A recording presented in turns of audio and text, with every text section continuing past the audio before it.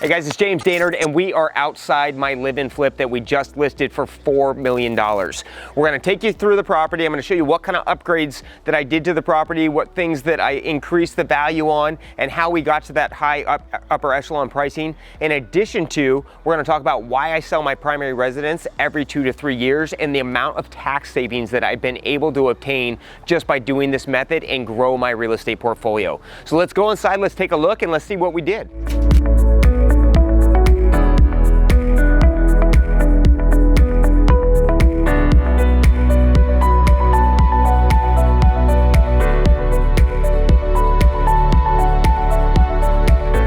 So why do I sell my primary every 2 years? It sounds like a giant pain in the ass, which it is. But the reason being, it's one of the best tax savings things I can do when buying and selling property. I move into a property, I live in it for 2 years, and being married, the first $500,000 in gain is tax-free. If you're single, it's $250,000.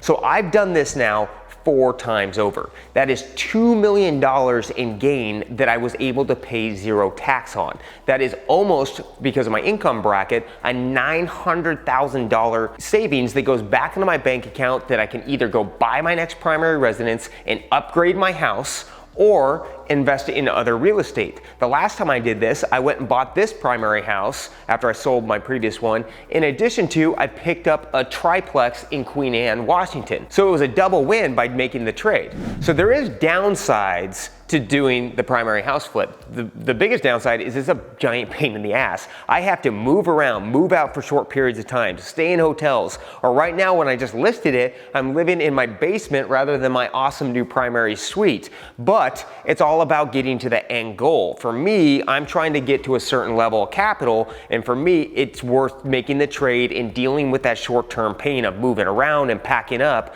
just to get to where I'm trying to get. So it depends if you have that tolerance or threshold. Also, you need a down-ass wife that is willing to move around with you as well, which luckily I do have. So let's talk a little bit about the house and what we did for the upgrades though. That's the concept. The reason I do it is to save tax savings and reinvest the money. But to achieve it, the things that I'm always looking for are the massive gain properties. So this house that we bought was over 5,000 square feet. It needed a full update. It's in a prime neighborhood of Bellevue, Washington with sweeping Lake Sammamish views. We wanted to target a high number of around $4 million. This is on the upper echelon of the pricing for the area. So the finishes that we had to do to get to that pricing so I can make my tax-free money was to put in the right stuff. So what we did in this house, it was a 1990s home, pretty good layout, but we had to modify the primary suite and we had to modify a couple open walls. In addition to, we needed to add things in. We were missing that core fireplace. So we put in an oversized fireplace to give it that focal point to where when people walk in, they're getting that loud first impression of a great fireplace and an amazing view. So when you're selling a premium product or you're flipping a premium product, it's important to put in the right specs. So things that we upgraded compared to, like, let's say a $2 million flip that we were doing was just the quality of items that we put in. So for example, on our flooring, we didn't go with engineered hardware flooring because it's a little bit more generic and I wanted that quality feel. So we did on-site nail down finished white oak floors and refinished them off 3 times. In addition to, we did a not standard metal railing all the way through. We wanted it to feel more unique to where people wanted to pay that higher pricing. Other things we needed to do was to get the flow perfected. So again, the house had pretty good layout all the way around, but we did take out this major wall to where you came in that front door, you would be able to capture the sweeping lake views from all sides. In addition to, it opened up the whole floor plan to give it that great room feel. So now when you came around the corner, you get the view and then you get to look at this amazing kitchen. We updated the kitchen with not generic cabinets. We went for a local custom shop up in Snohomish, Washington, and we had them upgrade it with ripped oak lowers and complemented it with a white shaker cabinet. These are not top mount, they're all inset, they have all good wood boxes. They're not your standard cheaper flip cabinets.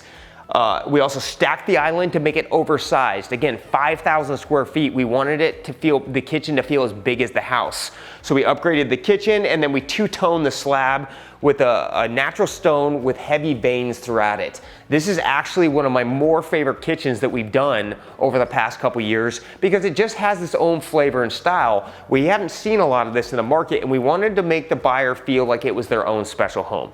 So other upgrades that we did in features to give it, again, that higher quality feel is we actually tricked out our pantry. We put in custom shelving all the way through.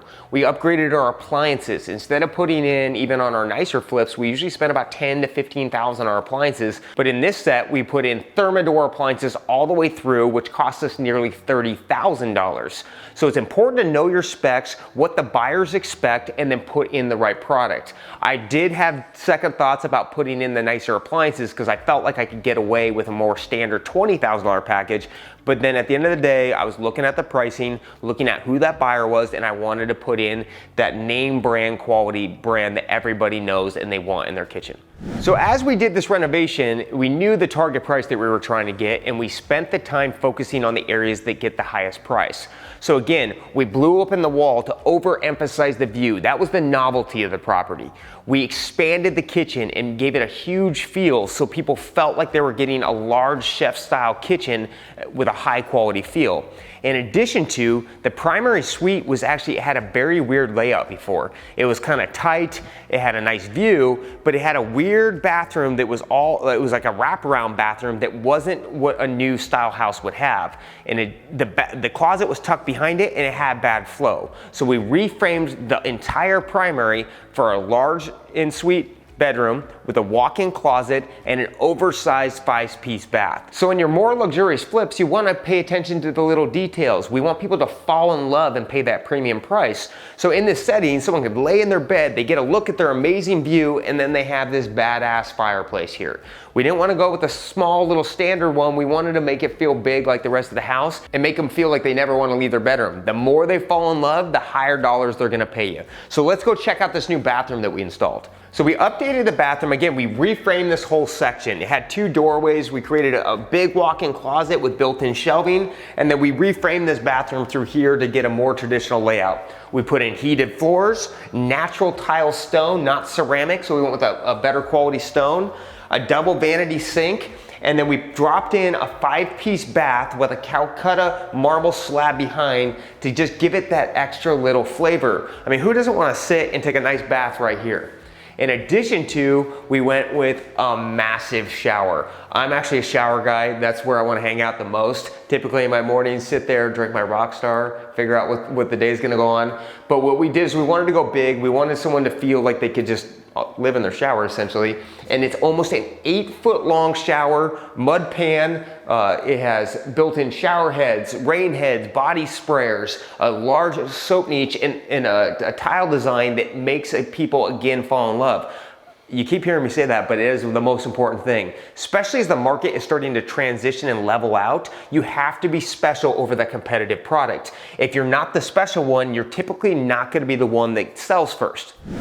All right, so now we are in my man cave. So this area before was about 1,400 square feet. It was raw, had electrical roughed in, had partial sheetrock, but pretty much it was an unfinished basement. In addition to, on the back wall, there wasn't very many windows or very limited. And so in this basement, the cool thing about this house is it has sweeping lake views from all 3 floors. We wanted to overemphasize the view off the back of the house, and so we stacked in oversized tall sliders in 3 sections of the home. So now when you come down, you come right into the lake view. You get a look at your nice big oversized half-acre lot with the lake view in the back. Now down here we wanted to keep it just more of a party area and let people do whatever they want. We upgraded certain things, like instead of using standard carpet, we ended up refinishing all the concrete because we wanted that extra little special feel. In addition to, now people can be very versatile on how they want to set it up. They can do a media center over here. They can do a wet bar in this section. And then there's a whole nother wing down here with a separate apartment in it. But because we spent all this money on our sliders and making the house very open feel to where we can kind of open it out and flow out towards the view in the yard, we wanted to make sure that the deck and the setting had just as special a feel of the house. So what we did outside is we ended up ripping off our deck. This was a huge expensive item. The reason being is lumber, again, is at all-time high. Framing is at all-time high. So typically this deck cost me about $40,000 to do, but in today's pricing, it cost me nearly $70,000. But it was well worth it. It gives you that staycation, live outside, live indoor feel. So in the back area, we ended up tearing off the deck, which was just a standard deck. Now we have a waterproof deck with can lighting and cedar soffits all the way around. In addition to, we installed a nearly 2,000 square foot paver patio with indoor and outdoor feel to where you can flow out to the house and be out in the sunshine or be living in your backyard. So if you like the basement so far, wait till you see the rest of it. So again, badass man cave. It's open, it's wide open, it features that view. You can go out to your outdoor patio. In addition to, because of the size and the demographic who's probably gonna buy this property, we actually walled off this section and installed a secondary kitchen. This could be for a nanny's quarters, guest suite, or maybe a relative that decides to move in with them. So by doing this, it appeals to the masses to where it makes it very versatile. In addition to, if that buyer wanted to subsidize out their mortgage costs, they can actually subsidize their whole mortgage by about 20 to 25% just by renting this out. So it's kind of a no-brainer for people to want this. So what we did here is we installed a secondary kitchen. This kitchen is nicer than almost a lot of my flip kitchens. It's oversized, it's got everything you need in here. We did the same custom style cabinets with a full tile backsplash, and it really makes it feel like you're living in a nice apartment. We added a stackable washer dryer in this section too, so they can never have to go inside the house. And then we updated the whole bathroom with a Jack and Jill suite into the bedroom to where people can come in, they can live right, and they really can enjoy this space. One thing we did when we were marketing the property to get the higher dollar is sometimes people don't want actual apartments. I know for me, if I stayed in this house and didn't want to get my tax savings, I would actually keep the wall open because I like the more party room feel. We like to entertain, we like to have people over. So we're offering this to the next potential buyer that we can either open the wall because it's non-structural and they can have that indoor, outdoor, or the indoor party room, or we can keep the apartment for them. So the versatility of this space will also help us get to that high echelon pricing and in that next potential sale. So before you decide to get into this primary residence buy and resale game, there's a couple of things you definitely need to do. A, make sure that your wife is on board or your significant other is on board. You're not gonna cause yourself a relationship issue by doing this. The second thing you wanna do is make sure that you're chasing that deep discounted house. A lot of times I'm sacrificing certain things like location, areas to get the best possible deal because I know I'm only gonna be there for 2 years. And the third thing you need to do is be prepared to have your life kind of uprooted a little bit. Over the last 6 months as we've been getting into finishing, I've been sleeping in hotels, I've been sleeping in the basement, I've been moving all around, I've been packing all my stuff up. Again, it's kind of a hard way to do things, but it's well worth the short-term pain for me.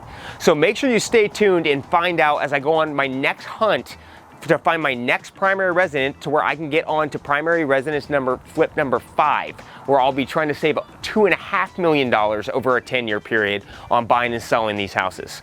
So if you like this video, make sure you like and subscribe below. And also for more free information on how to build wealth and how to make more money in real estate, check out jamesdainard.com.